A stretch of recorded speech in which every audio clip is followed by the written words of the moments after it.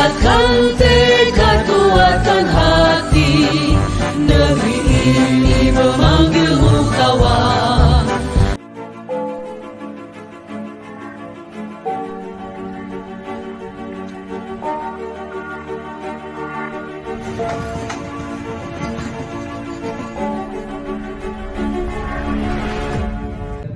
Bismillahirrahmanirrahim. Assalamualaikum warahmatullahi wabarakatuh.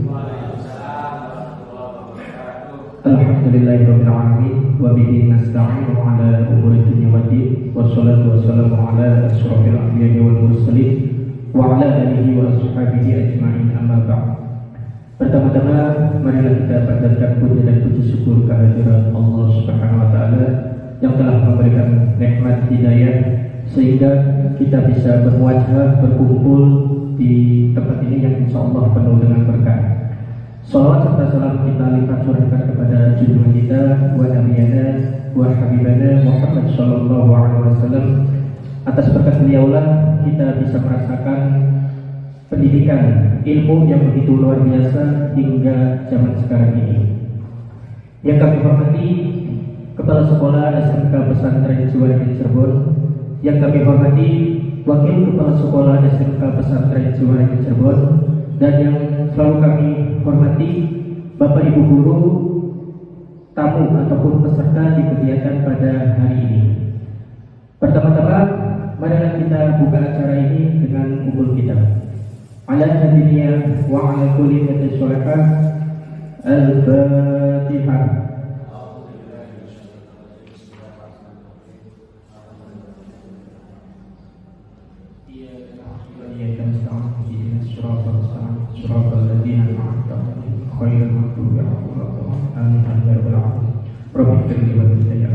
Terima kasih atas pembacaan surat Al-Fatihah. Semoga di kegiatan pada hari ini diberikan kelancaran hingga selesai.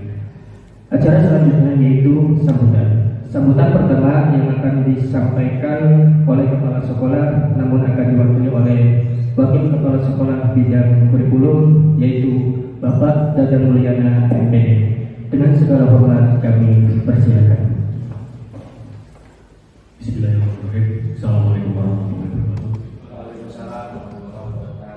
Alhamdulillahirrahmanirrahim. Wassalatu wassalamu ala asyrofil anbiya'i wal mursalin wa ala alihi washabihi ajma'in. Pertama-tama marilah kita panjatkan puji dan syukur kehadirat Allah Subhanahu wa taala yang telah memberikan berbagai nikmat dan karunia kepada kita, khususnya nikmat sehat, sehingga pada kesempatan ini kita masih diberikan kesempatan untuk berada di ruang ini dalam keadaan sehat walafiat. Salawat serta salam semoga tetap terlimpah dan tercurah kepada Nabi besar Muhammad SAW, pada keluarga, para sahabat, dan semoga syafaatnya sampai juga kepada kita para umatnya. Yang pertama, saya ucapkan terima kasih kepada para petugas yang sudah bisa mempersiapkan acara ini dengan baik. Hari ini acara tunggal yaitu tentang pengimbasan budaya positif. Nanti pematerinya akan dibawakan langsung oleh Ibu Yaya Marina ME. Pada dasarnya saya sebagai wakil kepala sekolah bidang hukum yang mewakili Bapak Kepala Sekolah yang hari ini tidak bisa hadir karena sedang kurang sehat, intinya mendukung dan menyambut baik dengan acara ini.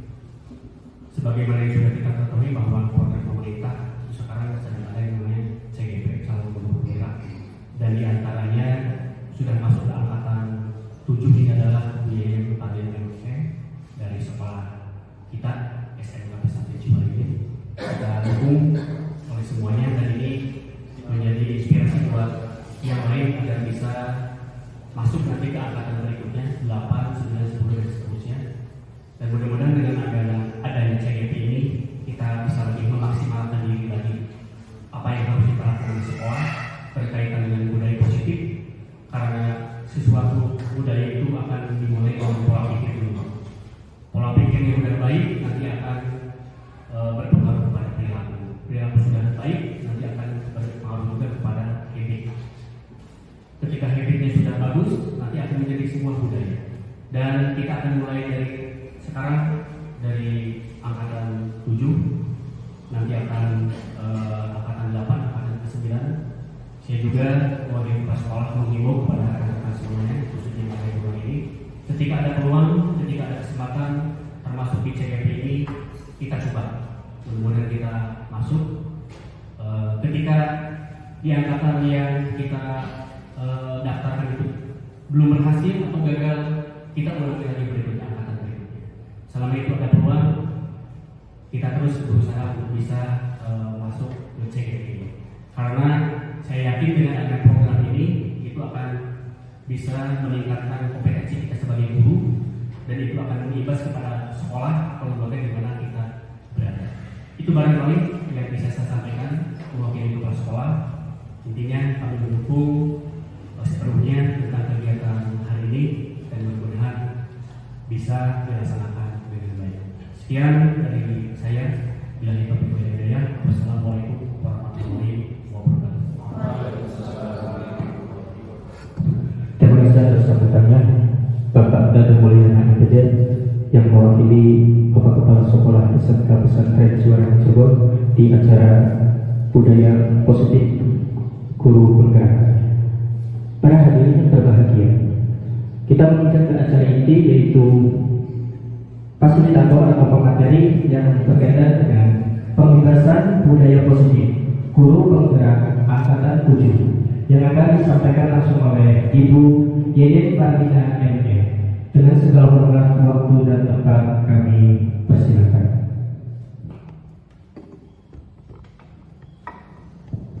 Baik, terima kasih.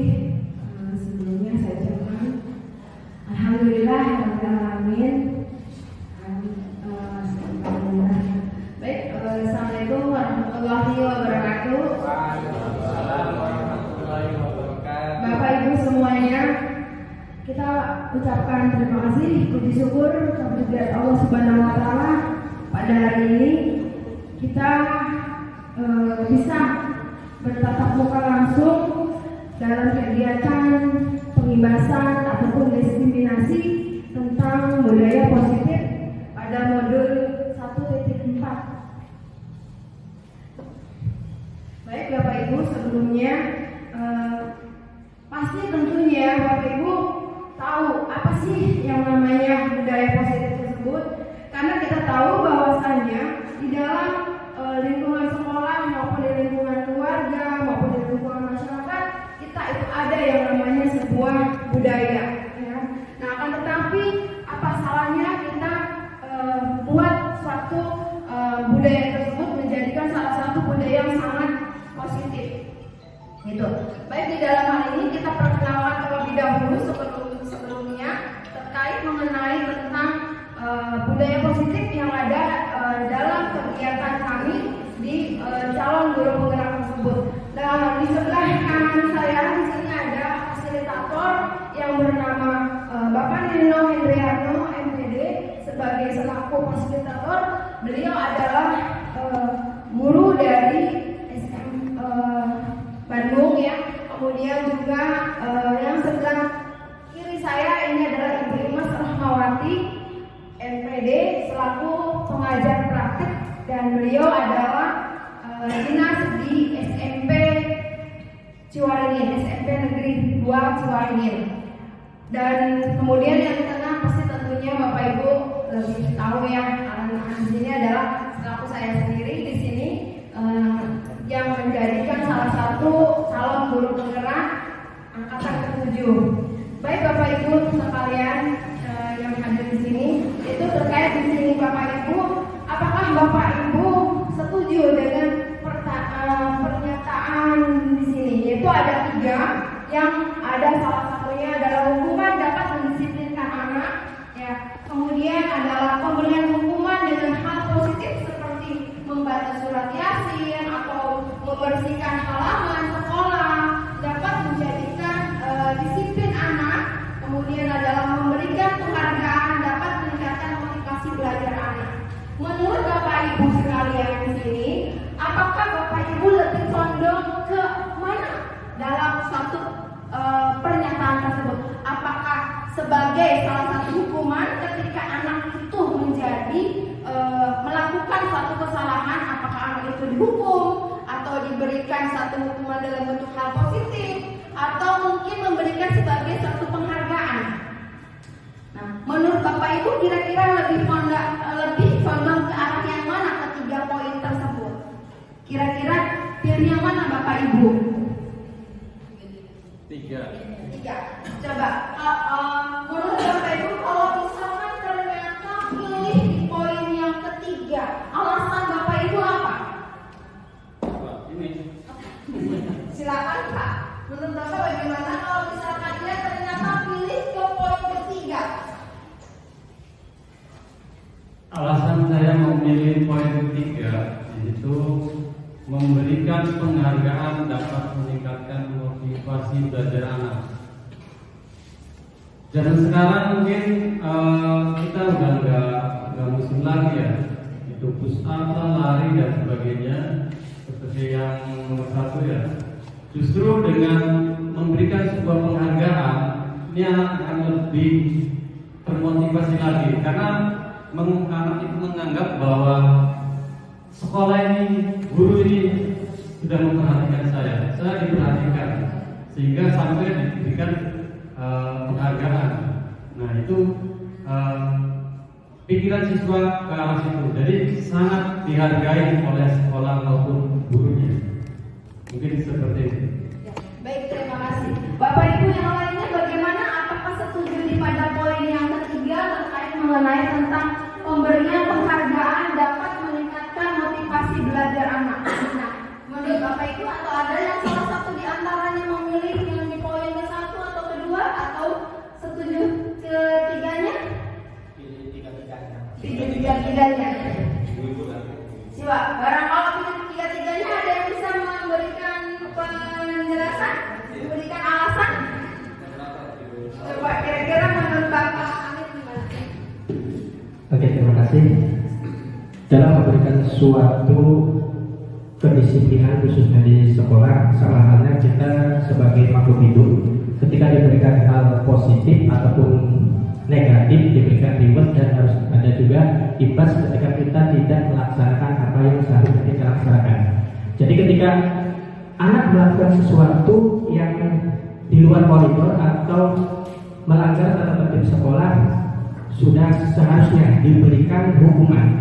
Makanya saya pilih 3 poin itu.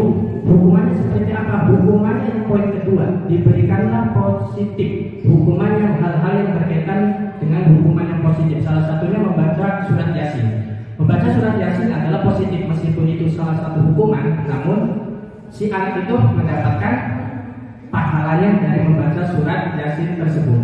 Dan ketika anak itu tidak melanggar tata tertib sekolah, khususnya seenggaknya atau sudah selayaknya sekolah memberikan reward atas kewajiban atau atas nurutnya si anak ini. Anak menuruti, mengikuti tata tertib.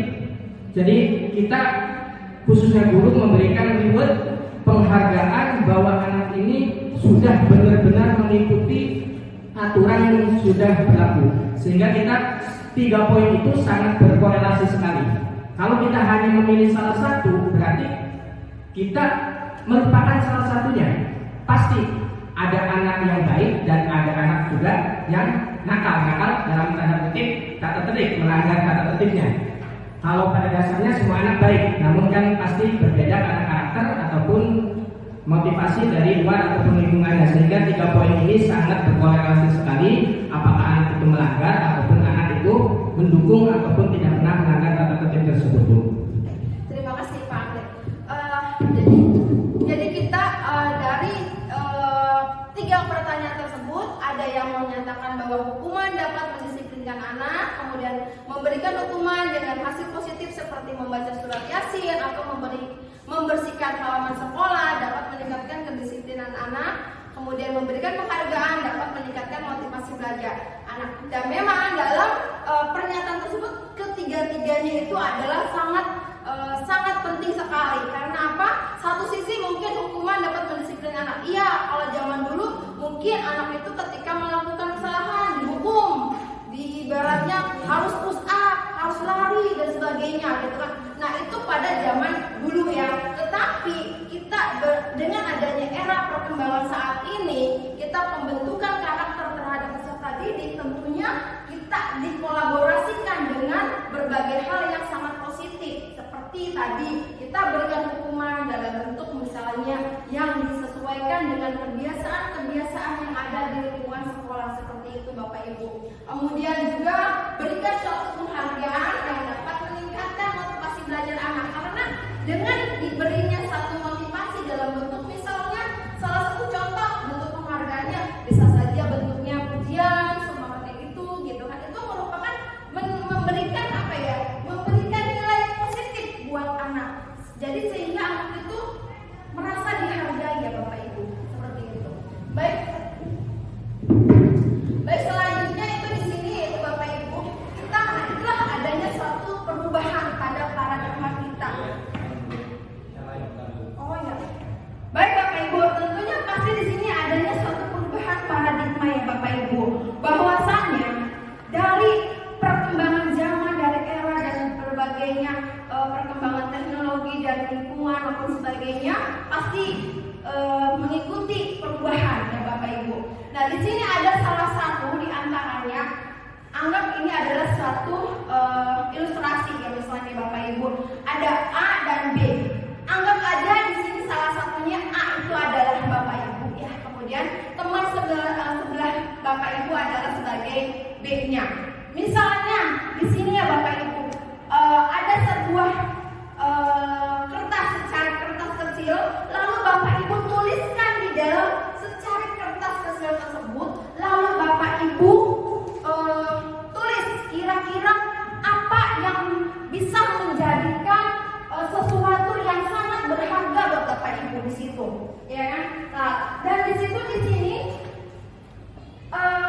sesuatu yang berharga tersebut Bapak Ibu genggam erat gitu kan. Lalu segala upaya apapun Bapak Ibu pertahankan sesuatu yang sangat berharga itu. Tetapi teman sebelah Anda itu adalah membujuk Bapak Ibu ingin mengetahui apa yang ada di dalam segenggam kertas itu, dengan segala upaya apapun ingin mengetahui apa sih di dalamnya gitu Bapak Ibu.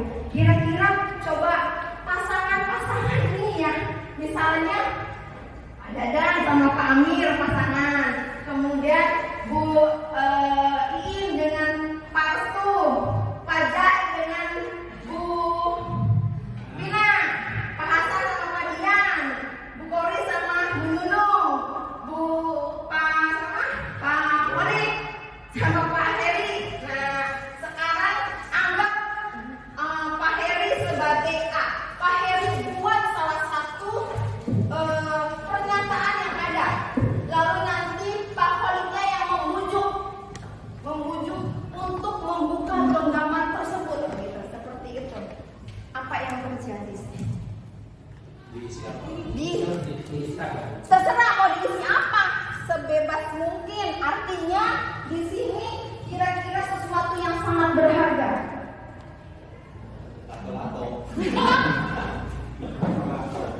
Sesuatu yang sangat berharga Bapak Ibu yang kira-kira bisa mencerminkan ataupun meningkatkan baik kompetensi sekolah, perkembangan dan kemajuan peserta didik yang kira-kira ini nilainya adalah positif. Apa ya?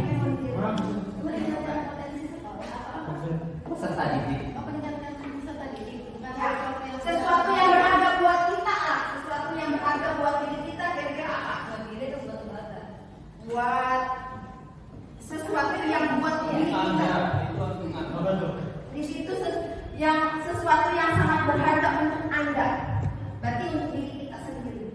Pribadi ya. Pribadi. Silakan Bapak Ibu coba buat dan tuliskan yang ada di situ. Jangan sampai ada yang tahu yang sebelah ini. Jangan diskusi. Jangan mendiskusikan sesuatu yang berharga buat diri kita sendiri. Ya, itu seperti itu.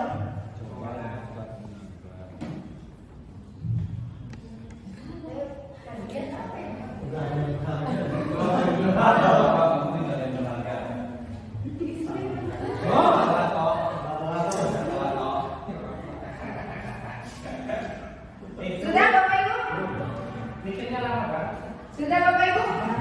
Ya, sekarang coba membujuk. Nah, Pak Jailani coba bujuk Bu Pina. Silakan Pak Jailani membujuk Bu Pina. Kira-kira bagaimana supaya kira-kira Bu Pina tahu gitu apa sih gitu kan yang berharga di dalam Bu Pina itu gitu. Aku tulisnya untuk Pak Jai. Ya apa aja Ya Pak aja, silakan nanti Pak Jai membujuk Bu Pina supaya membuka genggaman supaya membuka tangannya. genggamannya gitu. Tuh. Kan Bu Pina memegang sesuatu yang berharga di dalam sebuah dalam tangan ini. Nah nanti Pak Jai ini membujuk Bu Pina. Ya apa? So, silakan Pak Jai. Bujuk. Halo. Aku mau bujuk. Roma.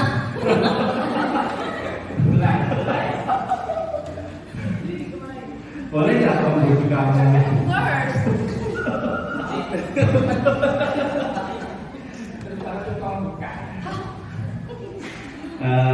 Digenggam dong, menurut saya digenggam. Nah, ya. Kertas kan itu satu ya. First. Bisa nggak aku minta kertasnya? Boleh. Boleh? Kok aku baik sekali sih? Roma. Sebegitu mudahnya dirimu terakhir oleh aku. Semudah itu kau gampang terlalu. Roma, I'm writing for you. Oke, terima kasih. Kira-kira apa ya? Berarti itu adalah sesuatu yang tidak bisa dipertahankan. Nah, sesuatu yang tidak berharga. Coba saya kira ada tidak yang bisa mempertahankan harga dirinya? Nah, kira-kira semua secara apapun, dibujuk apapun, ya so. Kira-kira, nah ini, ya ini, dirayu oleh Parto, genggamannya, jangan sampai tergoda. Halo Win, boleh nggak saya tahu isi dari kertas di kelompok? Kalau boleh, nanti saya masukkan ibu jadi guru terbaikku. Kemenangan jabatan ini. Nanti persentase kehadirannya 100% Bu. Tapi kalau nggak dikasih lihat ke saya, nanti saya jadikan guru dengan persentase kehadiran terendah. Gimana? Boleh nggak Bu? Roma, kita jamin kamu. Boleh nggak diperlihatkan ke saya? Boleh. Kalau tapi seperti itu. ada syaratnya. Syaratnya apa Bu? Beli saya lata-lata.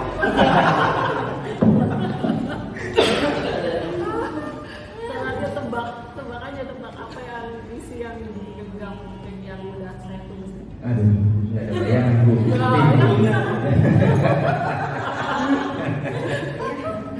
Ya. Ya, itulah Bapak Ibu. Jadi apa yang terjadi Bapak Ibu di sini? Ya Bapak Ibu, silakan. Bapak Ibu di sini apa yang terjadi? Di sini adalah suatu perubahan paradigma tentang teori kontrol ya Bapak Ibu. Di sini ada suatu ilusi kontrol bahwa guru ini harus mengontrol muridnya. Artinya di sini kita harus tahu bahwa murid tersebut kita harus mengontrol dari bentuk perilakunya ya Bapak Ibu, sikapnya seperti apa, karakternya. Jadi kita bisa mengontrol peserta didik tersebut ya Bapak Ibu. Kemudian juga ilustrasi bahwa kritik dan membuat orang merasa bersalah dapat menguatkan karakter. Salah satu adalah misalnya satu kritik yang mana kritik tersebut bisa menjadikan satu motivasi ya Bapak Ibu, motivasi buat para peserta sehingga dapat meningkatkan motivasi belajarnya seperti itu ya Bapak Ibu. Kemudian ilustrasi bahwa semua penguatan positif ini sangat efektif dan bermanfaat. Tujuannya untuk siapa lagi ya Bapak Ibu? Pasti untuk peserta juga ya Bapak Ibu. Kembali kepada diri kita dan juga kembali juga untuk siapa? Untuk peserta ya Bapak Ibu. Kemudian juga ilustrasi bahwa orang dewasa memiliki hak untuk memaksa. Ya Bapak Ibu, artinya di sini kita punya hak untuk memaksa, ingin mengetahui apa yang ada. Tetapi di dalam hal ini kita punya sesuatu yang berharga yang harus kita pertahankan sehingga harga diri misalnya, tentu kita harus tahu batasan-batasannya seperti itu ya Bapak Ibu. Nah, ini adalah satu perubahan tentang paradigma teori kontrol. Kemudian berikutnya adalah di sini perubahan paradigma stimulus respon teori kontrol. Siapa sesungguhnya yang memiliki kontrol tersebut? Nah, di sini ya Bapak Ibu, stimulus respon itu kita mencoba mengubah orang agar berpandangan sama dengan kita, ya kan? Itu adalah responnya ya, stimulusnya. Tetapi apa tentang teori kontrolnya? Kita berusaha memahami pandangan orang lain tentang dunia kita ini. Sekuat apapun kita harus tahu dan paham akan perilaku orang itu ya Bapak Ibu. Kemudian perilaku buruk dilihat sebagai sesuatu yang salah Bapak Ibu. Respon kita belum apa-apa kita sudah menilai bahwa seseorang itu adalah salah. Tetapi kalau kita melihat pada teori kontrolnya ya Bapak Ibu, kita harus semua itu berperilaku memiliki tujuan Bapak Ibu. Ada alasannya, ada tujuan tertentu kenapa mereka melakukan hal tersebut ya Bapak Ibu. Seperti itu. Kemudian orang lain bisa mengontrol saya, tapi kita harus tahu secara teori kontrol tersebut bahwa hanya ada yang bisa mengontrol diri itu adalah diri kita sendiri ya Bapak Ibu, bukan orang lain yang mengontrol kita Bapak Ibu, gitu kan, seperti itu. Kemudian misalnya kita marah begitu, tapi kita harus bisa mengontrol emosi kita, menahan dan sebagainya. Salah satunya contoh seperti itu Bapak Ibu. Kemudian adalah stimulus yang berikutnya adalah Bapak Ibu, saya bisa mengontrol orang lain, tapi secara teori kontrolnya bahwa Anda tuh tidak bisa mengontrol orang lain. Misalnya salah satu contoh Bapak Ibu, mungkin Bapak Ibu bisa mengontrol anak-anak di sini. Apakah Bapak Ibu bisa mengontrol anak-anak setelah keluar sekolah? Tentu tidak kan Bapak Ibu, karena kita punya keterbatasan waktu Bapak Ibu, ya. Dari jam 7 sampai jam 1 Bapak Ibu. Adapun setelah kegiatan itu adalah kegiatan tanggung jawab daripada orang tua ya Bapak Ibu. Nah, itulah salah satu kontrolnya. Kemudian di sini adalah pemaksaan ada pada saat dudukan gagal Bapak Ibu. Tetapi tentunya kita bisa berkolaborasi dan konsensus yang menciptakan pilihan-pilihan baru ya Bapak Ibu. Nah, itu adalah teori kontrolnya. Kemudian adalah model pemikiran menang dan kalah. Pada itu adalah ada yang merespon saya menang, saya sebagai seorang guru harus mengikuti aturan-aturan yang ada di sekolah. Kamu adalah kalah, kamu harus mengikuti aturan. Jadi seperti itu Bapak Ibu. Tetapi kita secara teori kontrolnya adalah harus selalu berpikir menang dan menang. Menang adalah untuk diri kita sendiri dan menang juga untuk peserta didik. Seperti itu Bapak Ibu. Jadi semuanya untuk kebaikan bersama ya Bapak Ibu. Ini adalah merupakan perubahan paradigma stimulus respon teori kontrolnya Bapak Ibu. Berikutnya itu adalah di sini apa itu jadinya Bapak Ibu tentang budaya positif yang setelah penjelasan tersebut Bapak Ibu. Budaya positif itu apa Bapak Ibu? Saya Bu. Silakan apa? Di budaya positif itu saya menanggapi dulu tadi yang dipaparkan oleh Ibu Yayan. Jadi yang namanya budaya positif itu adalah habit atau kebiasaan-kebiasaan baik yang diterapkan oleh diri kita dan lingkungan kita, sehingga kebiasaan itu akan selalu terpatri terlaksana oleh kita semua dan tidak mengganggu kepentingan orang lain, dan itu akan menimbulkan pengaruh yang positif juga buat yang lainnya. Gitu. Ya, terima kasih Pak Jairani. Ya, seperti itu ya Bapak Ibu. Artinya di sini kita lihat bahwa budaya positif adalah nilai-nilai ya, nilai-nilai kesopanan, keyakinan-keyakinan dan kebiasaan-kebiasaan yang ada di sekolah yang kita terapkan seperti itu. Yang berpihak kepada siapa Bapak Ibu? Tentunya pasti berpihak kepada murid Bapak Ibu. Dapat berkembang menjadi pribadi yang kritis, pribadi yang santun, pribadi yang penuh dengan hormat dan penuh rasa tanggung jawab ya Bapak Ibu. Dengan digelar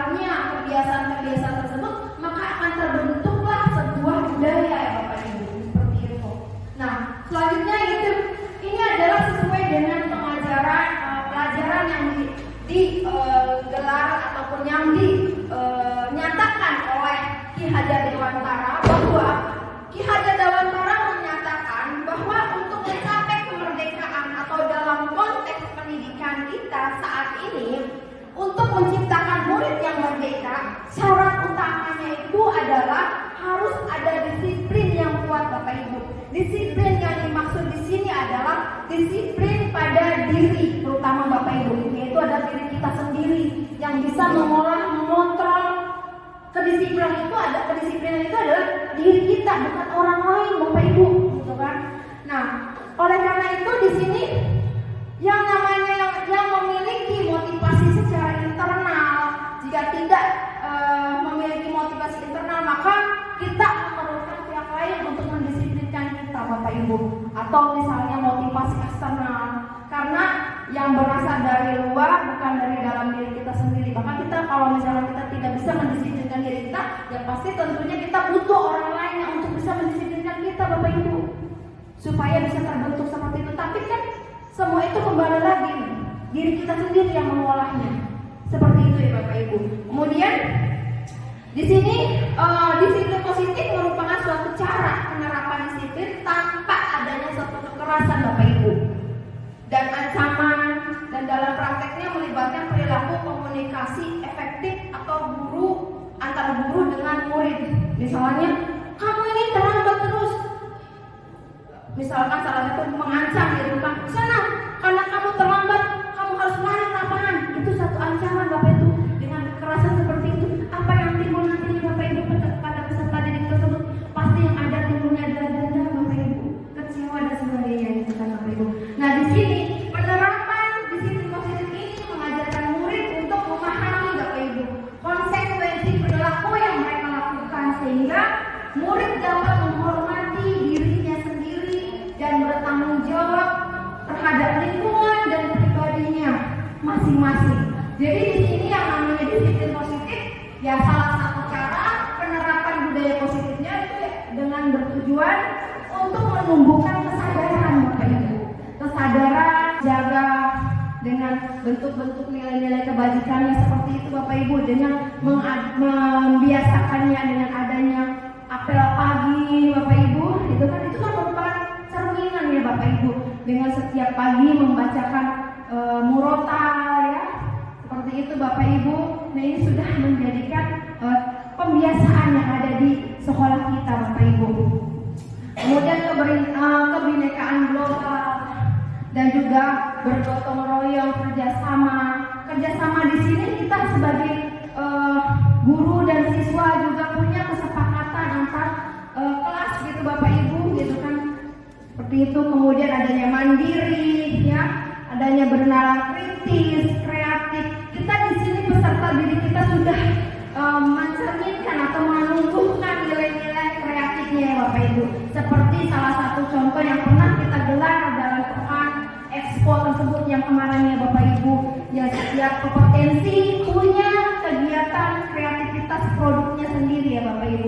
Di sekolah SMK Pesantren Tuni, dia pada nilai-nilai kebajikannya sudah mencerminkan dan sudah dibiasakan dan sudah ada ya, seperti itu Bapak Ibu. Kemudian berikutnya adalah kita bentuk satu kesepakatan di dalam kelas ya Bapak Ibu. Ini adalah tujuannya itu kenapa kita buat yang namanya kesepakatan kelas. Itu mungkin dulu ada namanya peraturan ya Bapak Ibu, tetapi sekarang sudah berganti namanya adalah kesepakatan kelas antara guru dengan siswa, dengan peserta, itu kan, dengan murid, bahwa ketika peserta ini membuat kesepakatan, satu misalnya saling menghormati guru, orang tua, dan murid, sepakat kita buat dan kita tempel kesepakatan itu, saling menghargai guru, ya, saling menghormati guru, dan adanya tanggung jawab dalam melaksanakan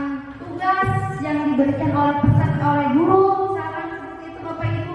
Kemudian menjaga kebersihan kelas, ya, dan ini adalah kesepakatan yang dibuat antara peserta dengan guru Bapak Ibu. Tujuannya untuk apa?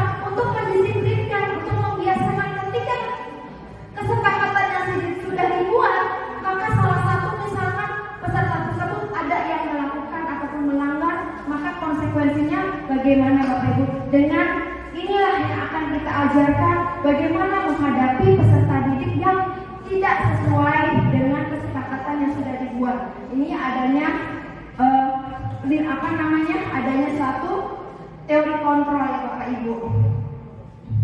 Nah, tapi sebelumnya kita di sini ada kebutuhan 5 kebutuhan dasar manusia. Bahwa dari 5 kebutuhan dasar manusia itu adanya bertahan hidup ya. Manusia itu kenapa sih harus bertahan hidup Bapak Ibu? Ya, kenapa manusia itu harus bertahan hidup? Pasti tentu kita butuh ya, butuh makan, butuh minum, butuh semuanya untuk adanya kelangsungan hidup, ya kan Bapak Ibu? Kemudian adanya kasih sayang dan rasa diterima, adanya suatu perhatian, sama Bapak Ibu. Peserta didik juga butuh yang namanya sebuah perhatian, kasih sayang dari kita Bapak Ibu, sehingga mereka merasa dihargai. Senang anak-anak kalau misalnya diperhatikan seperti itu Bapak Ibu. Apalagi kalau pesertanya mungkin ya maaf dari keluarganya kurang perhatian, tetapi di sekolah sudah mendapatkan perhatian, itu sangat dihargai sekali Bapak Ibu. Sangat senang sekali peserta didik seperti itu Bapak Ibu. Kemudian penguasaan ya Bapak Ibu, di dalam hal ini kita penguasaan juga, anak juga dituntut dalam menguasai, terutama adalah mengenai tentang materi ya Bapak Ibu. Penguasaan materi yang akan kita ajarkan kepada peserta didik Bapak Ibu ya, dan sangat kita juga butuh yang namanya gelar literasi, karena kita tahu bahwa peserta didik kita ini banyak sekali yang kurang dalam literasinya Bapak Ibu. Maka dengan ini kita butuh menggelarkan kepada peserta didik untuk lebih rajin lagi, lebih didekatkan lagi untuk budaya literasinya Bapak Ibu. Seperti itu sampai pada kebebasan. Kebebasan ini artinya bukan arti kata bebas dalam kata, tapi bebas dalam belajar. Sekarang sudah zamannya udah berbeda ya Bapak Ibu, udah merdeka belajar bisa saja, bisa belajar di dunia industri, bisa belajar di luar, bisa belajar di kayak sekarang saat ini anak-anak BDP belajar secara praktek, promosi di lingkungannya dan sekitar, itu diberikan kebebasan ya mengeksplor bakatnya dia, sejauh mana dia kemampuan dalam kompetensi tersebut Bapak Ibu.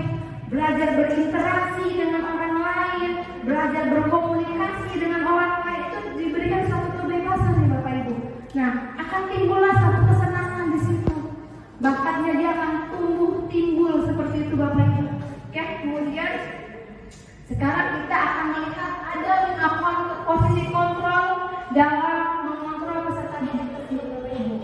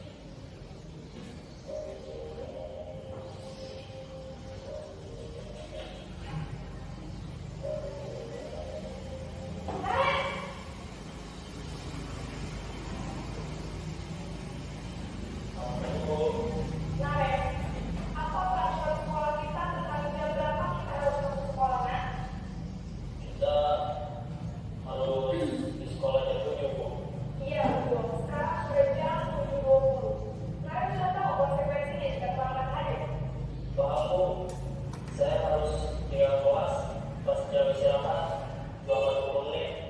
Ya benar, konsekuensinya demikian.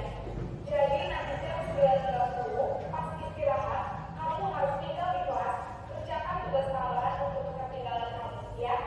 Baik, Bu. Posisi pengatur menanyakan penghitungan atau data untuk mengontrol murid. Guru mengarahkan murid berdasarkan peraturan dan konsekuensi. Seorang pemantau menunjukkan bahasa tubuh dan ekspresi wajah yang datar dan cenderung formal.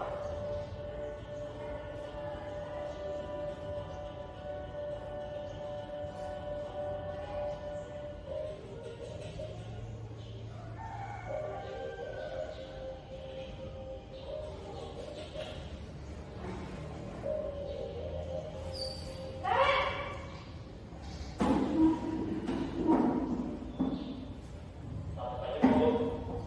Selamat pagi, Naren. Maaf, Bu. Saya terlambat. Jam sekolah masuknya jam 7, sekarang sudah jam 7.20. Jadi sekarang bagaimana ini, Naren? Maaf, Bu. Saya lupa tanggal tes malam. Baiklah, menurut kamu, keyakinan sekolah yang mana yang perlu kamu tingkatkan? Menghargai diri sendiri dan orang lain mungkin ya, Bu. Setuju. Jadi, apakah Naren meyakini prinsip saling menghormati tersebut? Iya, Bu. Saya meyakininya. Apakah Naren bersedia memperbaiki masalah keterlambatan ini? Bersedia, Bu. Bagaimana kalau memperbaiki masalah keterlambatan ini? Saya akan coba untuk tidak lupa menyetel alarm saya, Bu. Baik, kalau Naren mempunyai alarm di rumah, ada orang yang kira-kira bisa bantu mengingatkan tidak? Ada, Bu. Karena saya, Kak Emma. Ada lagi selain KM? Selain Kak Emma, ada ibu saya. Baik, jadi yang mengingatkan Naren adalah Kak Emma dan ibu kamu ya. Kira-kira akan mulai alarm kapan Naren? Setelah pulang sekolah, akan segera saya lakukan. Baik, jadi Naren akan setel alarm untuk bangun besok pagi dan akan diingatkan oleh kakak dan ibu Naren ya. Ada lagi yang mungkin perlu dilakukan Naren agar tidak terlambat lagi. Tidak ada, Bu. Baik Naren, terima kasih untuk kerjasama kamu. Sekarang kamu coba kembali ke kelas untuk belajar. Baik, Bu. Terima kasih. Posisi manajer adalah posisi kontrol yang disarankan untuk membimbing murid memiliki sikap disiplin yang positif, yaitu murid yang mandiri, bertanggung jawab, dan dapat memecahkan masalah. Tujuan dari posisi ini adalah agar murid dapat berefleksi atas tindakannya. Guru akan terus memberikan pertanyaan-pertanyaan bermakna, sehingga membuat murid dapat belajar dari kesalahannya dan mencari sebuah solusi untuk menyelesaikannya. Ibu dan bapak guru hebat, setelah mengamati adegan kelima posisi kontrol tadi, kira-kira posisi mana yang paling ideal? Posisi mana yang dapat menunjang motivasi dan prinsip murid? Ya, tentu posisi manajer. Posisi ini memang posisi ideal dan belum dituju setiap pendidik. Pada posisi inilah, guru dapat menerapkan disiplin positif dan memihak pada murid, dan memerdekakan murid. Perjalanan seorang pendidik tentunya tidak mudah untuk sampai pada posisi seorang manajer. Namun, tujuan kita pasti, yaitu menciptakan murid-murid yang mandiri, merdeka, dan bertanggung jawab.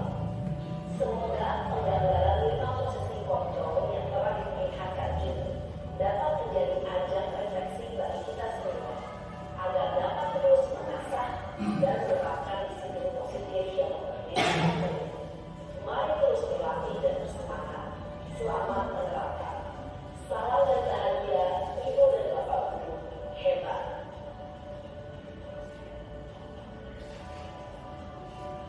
Baik Bapak Ibu kira-kira di sekolah kita sudah masuk ke dalam kategori nilai posisi kontrol yang mana? Semuanya sudah dilakukan, Bu. Semuanya sudah dilakukan, lima-limanya. Yang lebih ideal untuk yang mana Bapak Ibu?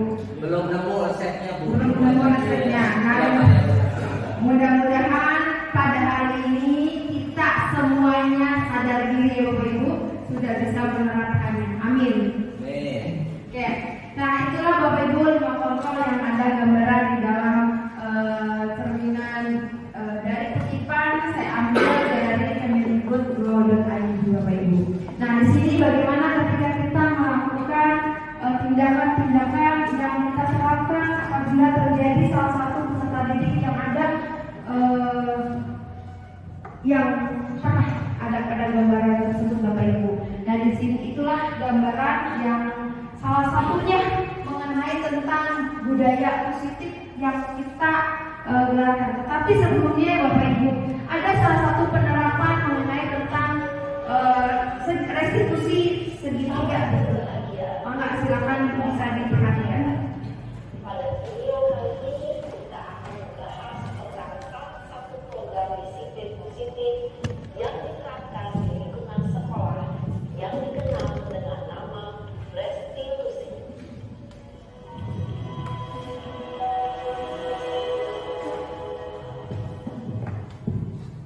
Restitusi dikembangkan oleh pakar pendidikan Diane Gossen, berlandaskan pada teori kontrol Dr. William Blazer. Segitiga restitusi adalah suatu proses dialog yang dijalankan oleh guru atau orang tua agar dapat menghasilkan murid yang mandiri dan bertanggung jawab. Pada saat guru di posisi manajer, aspek yang dikembangkan pada murid adalah motivasi intrinsik, sehingga penanaman nilai-nilai kebajikan dapat tumbuh dan berkembang menjadi suatu kebiasaan positif yang akhirnya membentukkan terbukti. Proses dialog ini terdiri dari 3 langkah yang digambarkan pada ketiga sisi pada segitiga restitusi. Sisi pertama adalah menstabilkan identitas. Sisi yang kedua adalah menstabilkan tindakan bersama. Dan sisi yang ketiga adalah menanyakan keyakinan. Ibu dan Bapak Guru, berikut ini akan menunjukkan bagaimana seorang guru belajar dengan posisi manajer menggunakan penerapan segitiga restitusi. Inilah penerapannya Bapak Ibu jika kita mengambil posisi manajer.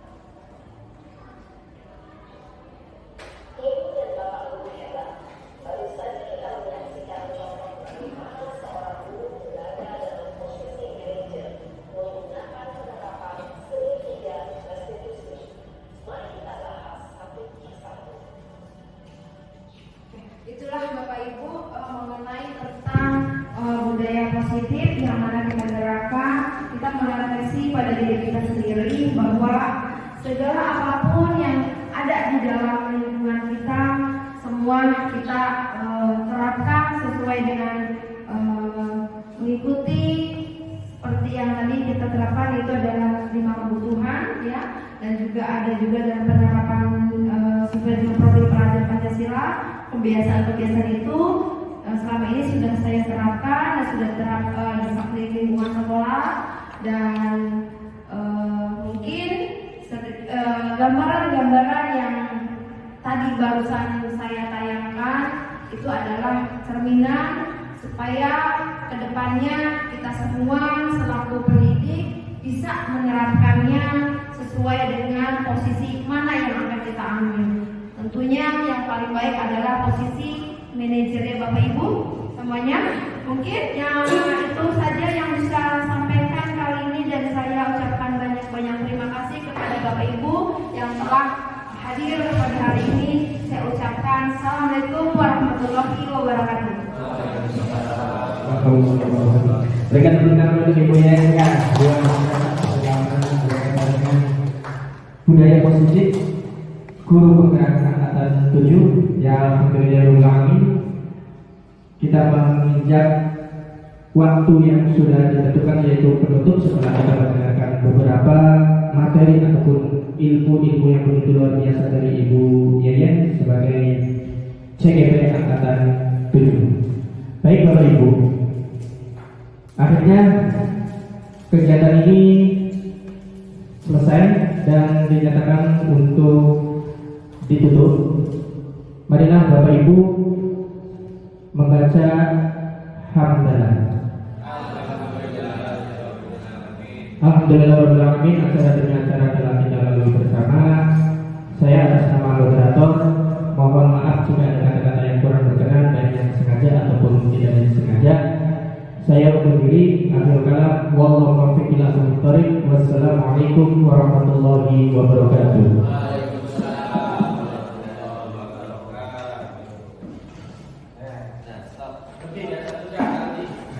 Bismillahirrahmanirrahim. Assalamualaikum warahmatullahi wabarakatuh. Saya Gilang Lingga Ginantara selaku Kepala SMK Pesantren Ciwaringin Cirebon. Alhamdulillah dengan adanya program guru penggerak sangat memberikan dampak yang positif kepada sekolah kami khususnya, dan harapan saya secara pribadi maupun lembaga, mudah-mudahan dengan adanya program ini bisa membangkitkan lagi motivasi untuk rekan-rekan guru di sekolah, kemudian bisa memberikan perubahan yang sangat positif. Teruntuk untuk guru kami yang sedang mengikuti program guru penggerak angkatan 7, Ibu Yayan Parlina, tetap semangat dan terus mengikuti kegiatan tersebut dengan baik, dan mudah-mudahan bisa memberikan efek yang lebih besar lagi kepada SMK Pesantren Ciwaringin khususnya. Tetap semangat, terus memberikan efek yang positif kepada rekan-rekannya, terus berkembang, dan mari bersama-sama memajukan sekolah. Terima kasih, itu saja. Assalamualaikum warahmatullahi wabarakatuh.